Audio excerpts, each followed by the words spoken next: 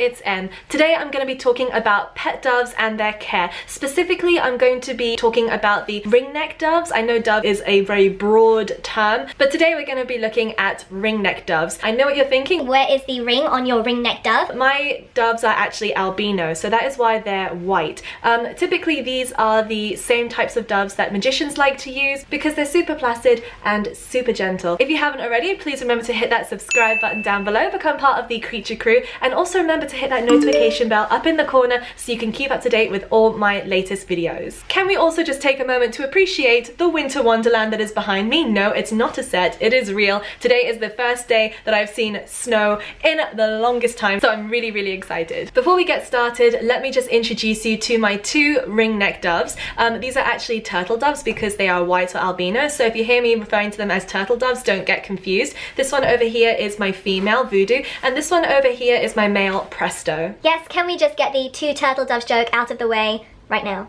That's it. Ringneck turtle doves do occur in the wild. They actually do occur in Africa, but in captivity, they're now pretty much a domesticated species. That's important, and we'll come on to that later on. If you keep your own doves and you have some suggestions on how people can really look after their turtle doves really well, then pop that in the comment section below. I hope that you guys are going to be responsible and looking for the right bird for you, which doves might not be, but for me they're a perfect bird, and I'll explain about that later on in the video. Although this video demonstrates my personal techniques and thoughts on keeping doves as pets, it's important to always do as much research as possible when bringing a new animal into your life. Remember, as no two animals or no two pet homes are the same, no two routines or techniques are the same. If you have your own dove experience which you think would be useful for others to know, comment down below and share your knowledge. Also, as you can see, I have opted not to clip the wings of my bird. I will come on to the pros and cons of clipping in a little while. I personally don't clip any of my bird's wings, though I'm not against it for people who do it for various reasons. For me, it's just not necessary for these guys. When you're bringing a bird home, it's important to pick the right bird.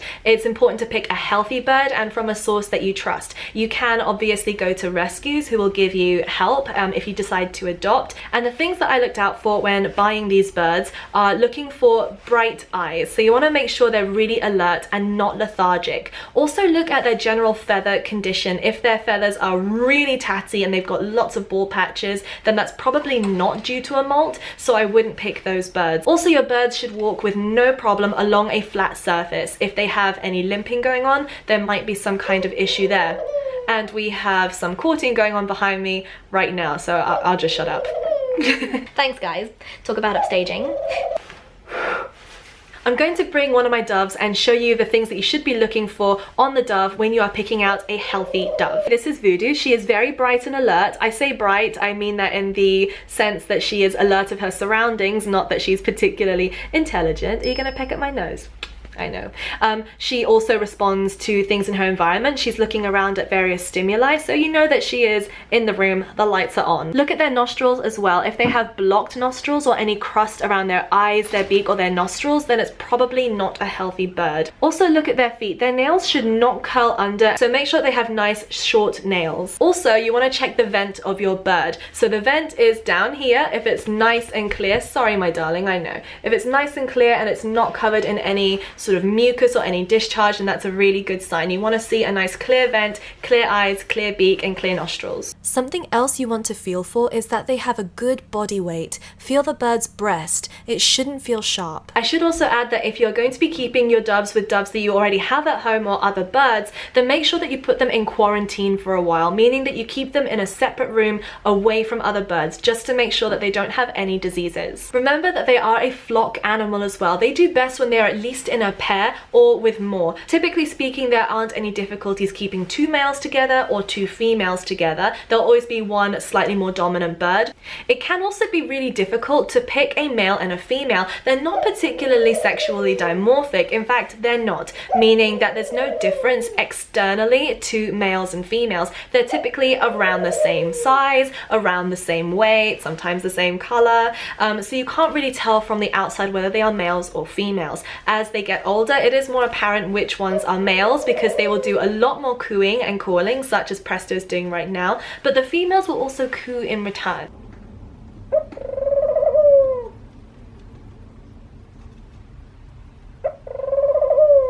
When you bring your bird home, it's good to let them settle for a couple of days. I know the very first thing you're going to want to do with your birds is Selfie!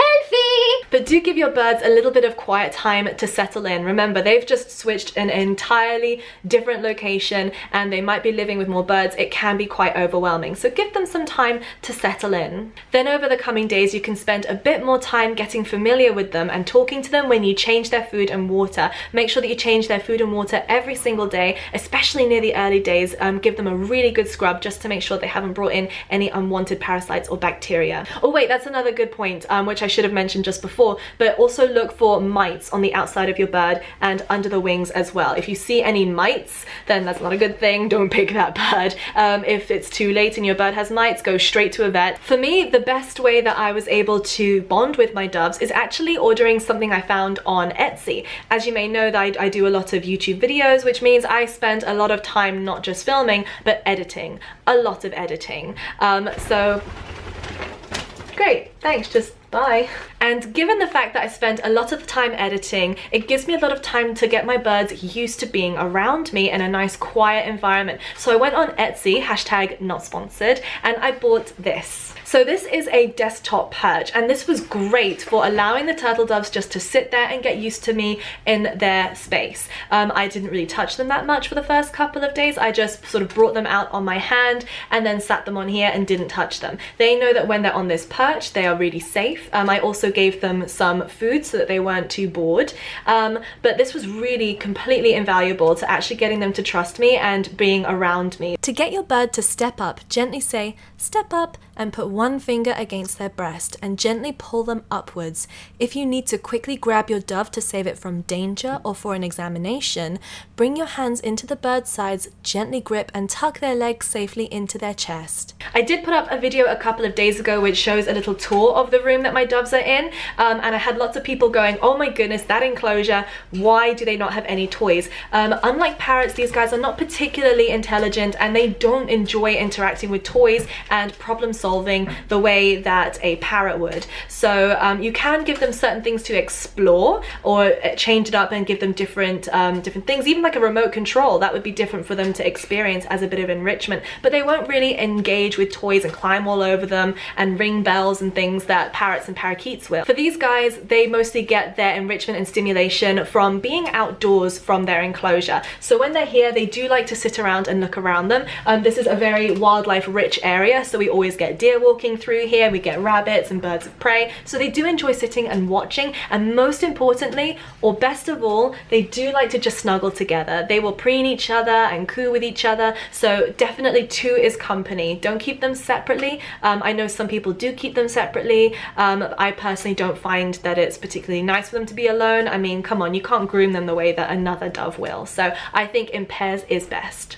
So that's the way they get their enrichment. They come out and spend a couple of hours outside of their enclosure. If you do that, just remember that they will make a mess. They will poo like constantly. I will show you what a healthy poo looks like in a little while in case you are wondering. And also remember, if you're going to have them out with you, then please remember to supervise them. Although they are not smart the way that a parrot is, they are still fairly inquisitive and they will test things in their mouth. So make sure they don't put anything toxic in their mouth, anything sharp either. If you are going to allow your birds to exercise under supervision in your house, consider making a window perch. As a precaution, you can add tape over your windows so that the birds don't accidentally crash into your window thinking that there isn't one there. If you are considering bringing them home, the first thing that you need to consider is where are you going to keep your birds. You have to commit to either keeping them outdoors or keeping them indoors. At the moment, mine are in a special animal studio which gets very, very cold, and that was a poo. These birds are used to outdoor temperatures even though they are sheltered. So remember, if you're going to be bringing home a bird with you, you have to acclimate that bird. If you're going to a place that sells birds and they've been raised outdoors, you can certainly bring them inside, but they might find the heat a little bit overwhelming. The most fatal thing you can do to your bird though is if you bring home a bird that has been raised indoors in a warmer environment and then put them outdoors. They won't have time to acclimate in time if it's winter, so you might be able to get away with it if it is the spring or the summer, but certainly don't in the winter go and buy a bird and then expect it to live outdoors in outdoor temperatures. You can shock and kill your bird that way. So definitely if you are planning to keep them outdoors or in like a sheltered outdoor area such as mine are in, then make sure that you acclimate that bird. And also if you're going to be keeping them outdoors, never limit their food. They will burn a lot of calories and spend a lot of energy trying to keep themselves warm. Alright, so really quickly I want to talk about diet. Diet is very important for any animal that you're going to be keeping because diet forms the basis of how healthy your animal really is. For regular seed mix, I always mix a whole bunch of different seeds, and I do this on rotation. So some days it's more of one type of seed, some days it's more of another, sometimes it's more raw food, it varies. Today they have a mix of a couple of different seeds which I'll talk you through in a moment, and they also have some chopped up greens. Greens are quite important for your birds, so don't neglect some raw foods as well. The greens that I'm going to be using today are a little bit of kale and also some bean sprouts, which I found that they do like quite a bit. Don't feed too many greens, and if you are going to introduce some greens, also just remember that if you introduce anything new, there is a high likelihood that your doves are going to become quite loose with their stools, so introduce it very, very, very slowly. If you think that the greens outdoors may have been exposed to pesticides, just don't use them. Don't chance it could hurt your bird. So the best thing to do is buy greens from your local store. In this pot over here, I have a finch mix, and the finch mix is very dark. You'll notice a lot of black seeds in there. Oh my gosh, look how old and wrinkly my hands look right now. It's because they're so dry and cold. Those are black oil sunflower seeds, and finches love those. They're really fantastic, and actually doves like them too. So I do mix these into their diet every single day. They seem to favor them a lot because doves can be picky and they will pick through any kind of food to find their favorite. Can you see the little black seeds in there? Those are all the black oil sunflower seeds. This is what they'll get every single day. In here you can see some sunflower seeds over here. Also some cracked corn as well, and there's a whole bunch of other different kinds of seeds. Let me give you a good look on the inside. Now this is not bought from one particular place. I buy lots of different seeds and mix them together, so this is how it looks when it is mixed with the black oil sunflower seeds from the finch food. If you want to know the actual brands that I use to mix this base diet, then I'm using the Katie 40 diet for budgerigars and parakeets. This is the other food that is in this mixture over here, and I know it says economy mix. Now it's not an economy mix because I don't love my birds or because I don't want to feed them like a premium mix. They genuinely like this a lot more. Let me take you inside this mix and show you what's on the inside.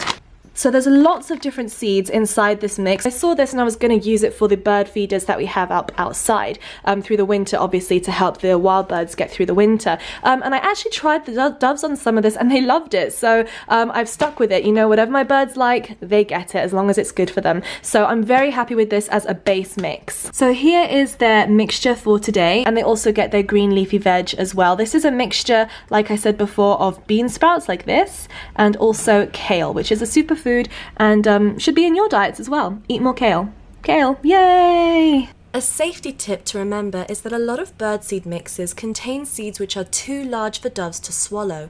Doves are persistent with their food and can choke to death as they're trying to swallow seeds which are too big. If you're worried about which size seed to feed your bird, try picking a specific dove mixture, such as this one from Katie, #not-sponsored. Over time, you'll become more familiar with which seeds are appropriate size to feed your birds, and you'll be able to make better choices. When it comes to toxic foods, you don't want to give them anything with any caffeine. This will kill your bird. So don't do any sharing of coffee or Coca-Cola or anything like that. Also, don't give them anything processed or anything fried. So here we have one feeder.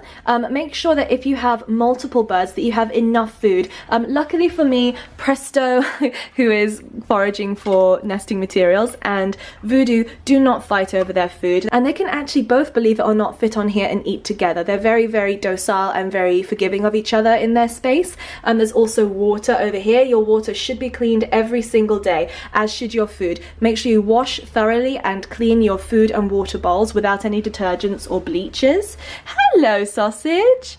What are you doing? Hi, you gonna go for your food? Here, they can certainly see their food. What would you like?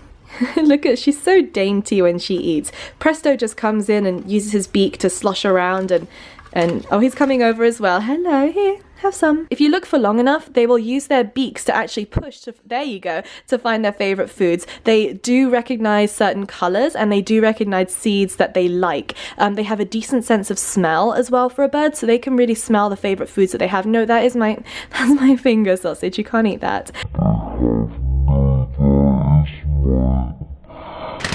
Lovely. Step up. Come here. Step up.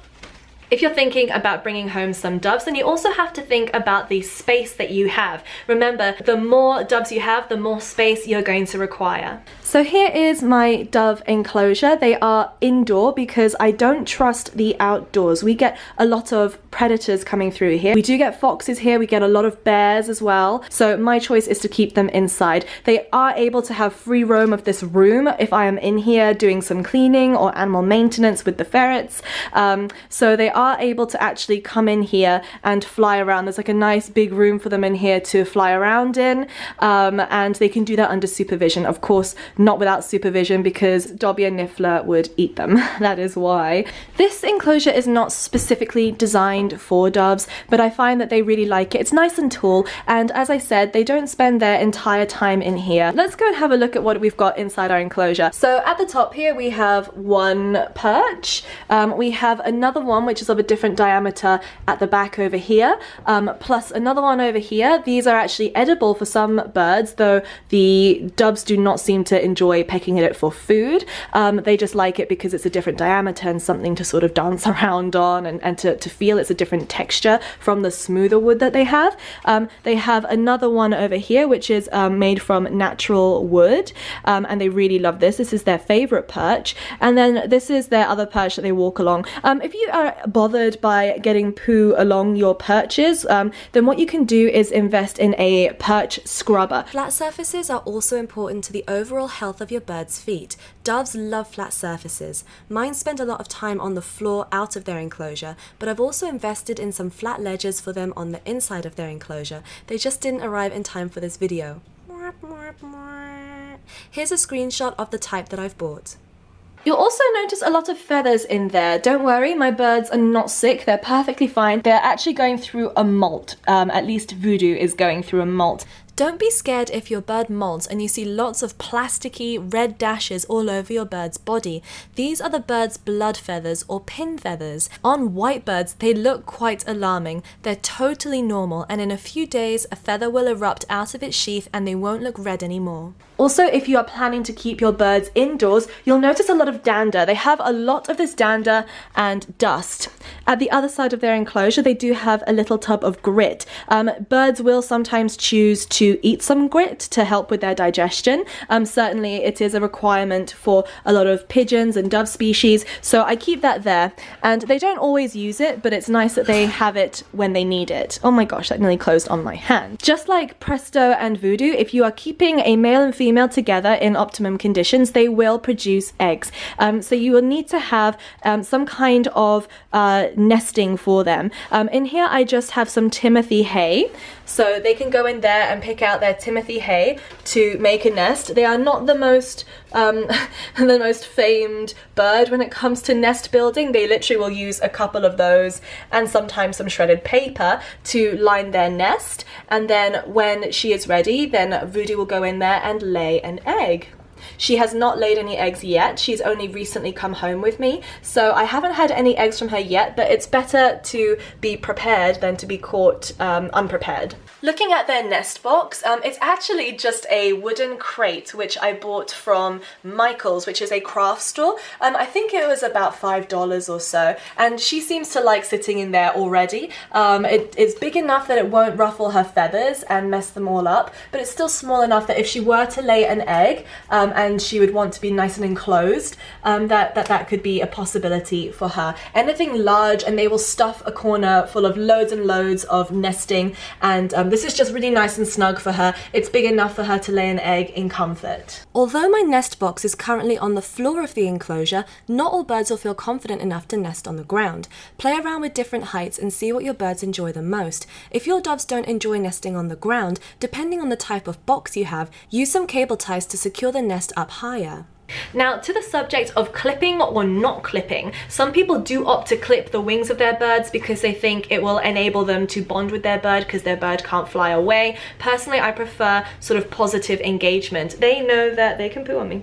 They know that if they want to get away, they can. They know that nothing bad is going to happen to them while they're on me, so there's no reason to run away. For me personally, I don't like to clip birds' wings because a grounded bird is a dead bird if they escape. If they escape, they have ground predators such as cats and also aerial predators such as corvids or birds of prey. So for me, if birds ever escaped, it's nice to think that they have a fighting chance to get away. That's personally why I don't clip the wings of our birds. If you have bought a bird with clipped wings and you would rather that they weren't clipped, don't worry, they will regrow those primary feathers, which Voodoo is showing off so prettily right now. Thank you very much, right on cue. Now onto the subject of what to do with eggs when you don't want them. This is a controversial subject. This is a bit of a controversial subject now. Sometimes you buy 2 doves hoping for 2 males or 2 females, and it ends up that you have a male and a female, or you just thought that your birds would fly away and not have eggs. Regardless of whether you have a male or not, females will lay eggs, so you have to be prepared to do something about those eggs. Obviously, if there is no male around, then those eggs won't be fertile, but if there is a male around, then there is the possibility that they could be fertile, incubated, and hatch out into a beautiful little dove. If that is the case and you're happy with that, then you have to be aware of what you're going to do after the eggs hatch. Because I actually have a male and a female, the likelihood of producing eggs is very, very high, and also they are likely to be fertile. At the moment, I don't have plans to breed these birds and to keep any offspring for sale. I'm quite happy just having my 2 doves, so when they do lay eggs, I can either choose to destroy the eggs or I can feed them to our different monitor lizards that we have here at home, which is likely what I'll do. Again, this might be a sensitive or upsetting subject to some, but it is absolutely necessary to have a plan as to what you're going to do if your doves do lay eggs. Because it's winter right now, my birds are not going outdoors for any sunshine. However, in the spring and in the summer, if you do keep your birds indoors, it is nice to have a smaller enclosure to take them out to soak up some UV rays, which they will really, really love. Just monitor them and make sure that they're not in direct sunlight where it's very, very hot. If you do put them in sunlight so that they can bask in the sun, make sure you cover half of the enclosure with a towel so they can still get away and stay in the shade. Part of their routine on warmer days is getting sprayed with a water bottle, just the way that you would spray certain plants. They really enjoy a spray. In fact, some doves love it so much that they'll actually follow their owners into the shower. So just make sure that if that happens, your birds don't get too soaking wet, and make sure that you're not using any soapy products on them. But certainly they will enjoy a bath or a shower.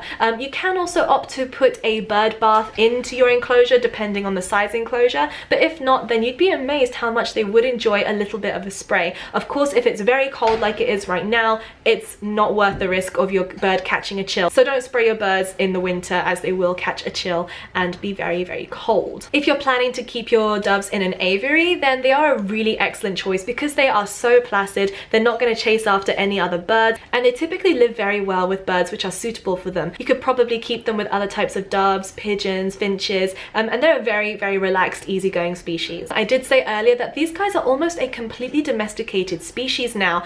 They've been so bred and inbred in captivity that they are super, super placid, and they don't really have any survival or homing instincts. Unlike pigeons, who can fly really long distances and find their original roosts or spend time away from a certain area and find their way home, these guys don't have that kind of homing instinct, and they're not powerful flyers either. So if they fly away outdoors, they literally just sit there like lemons until something picks them off. So at a glance, here's my rating on doves as pets. As a companion or family bird, I give 5 out of 5 stars. They're very interactive and fun to watch. They aren't bothered by much movement or loud noises. They're incredibly gentle and won't bite, which makes them a great choice for families with kids. Always supervise your children and teach them to be very gentle. Never leave a child unattended with pets. For mess, they get 3 out of 5 stars. They will molt heavily at least once per year and cover everything in feathers. They also poop a fair amount, though it's not messy poop, and they will spill their seeds. For cost, I give them 5 out of 5. Aside from the initial enclosure or aviary purchase, their ongoing costs for food are minimal. For health, I give them 5 stars. They have very few health problems unless they're inbred, and they'll be part of your family for many, many years. Here's a checklist of important points for you to remember when considering a dove as a pet. Screenshot or pause just to help you make a better decision. Remember, doves are for 15 to 20 years, not just for Christmas. And that's it for today, guys. They are a very rewarding species to look after. They're super gentle, like I said, and I think that they've got just the most amazing little personalities. They do really have personalities if you get to know them. Voodoo is completely fearless, whereas Presto is a little bit more reserved, but will follow Voodoo anywhere to the ends of the earth. I think you kind of likes her like that. Thank you guys all so much for watching. Remember to hit that subscribe button down below and also hit that notification bell. And please, if you have any of your own suggestions, or you can see any room for improvement, or you keep doves yourself and want to share some of your routine or things that really help you out in the keeping of doves, please share them down below and just share that knowledge so that everyone else can jump on board. Thank you guys so much for watching. I will see you in another video soon.